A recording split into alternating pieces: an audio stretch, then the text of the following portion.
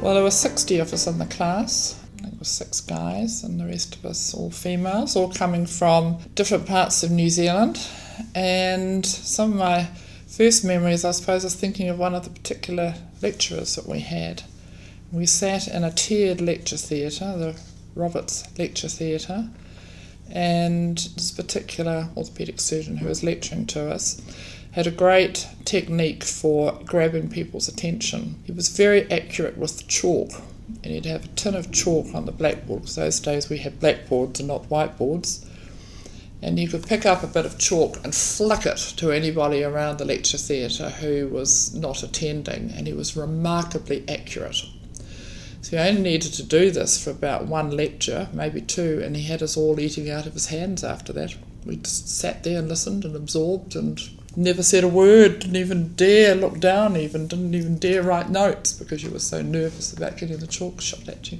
The other funny thing I can think of was when we were down in our 2nd year, we all had to go back to Dunedin in January before the universities came back.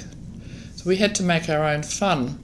By this stage the numbers had reduced a little bit because some had failed in their first 6 months.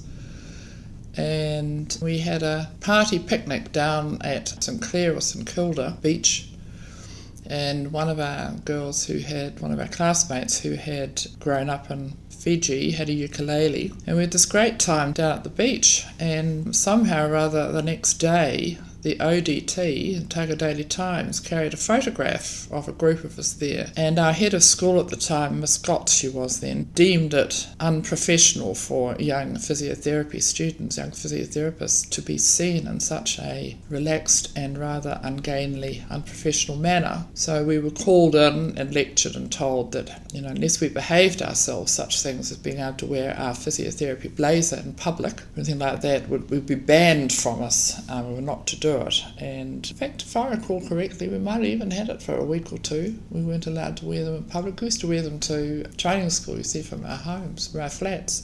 Yeah, I always remember that.